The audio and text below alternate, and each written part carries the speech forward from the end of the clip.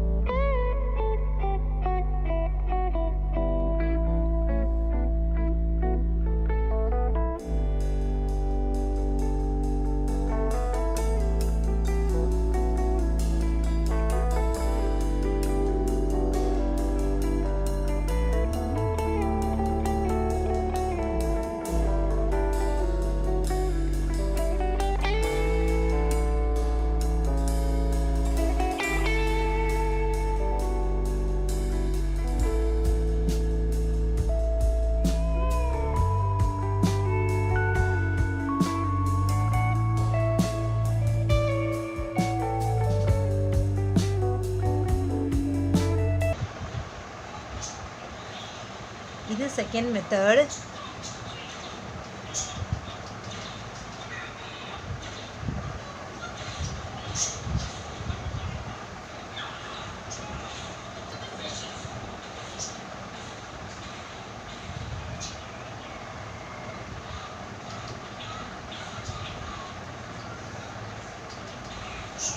இதில் திருப்பவே தேவை கிடையாது. அப்படியே வச்சு ரயில்வே ட்ராக் மாதிரி இப்படி கட்டிகிட்டே போயிட வேண்டியதுதான்.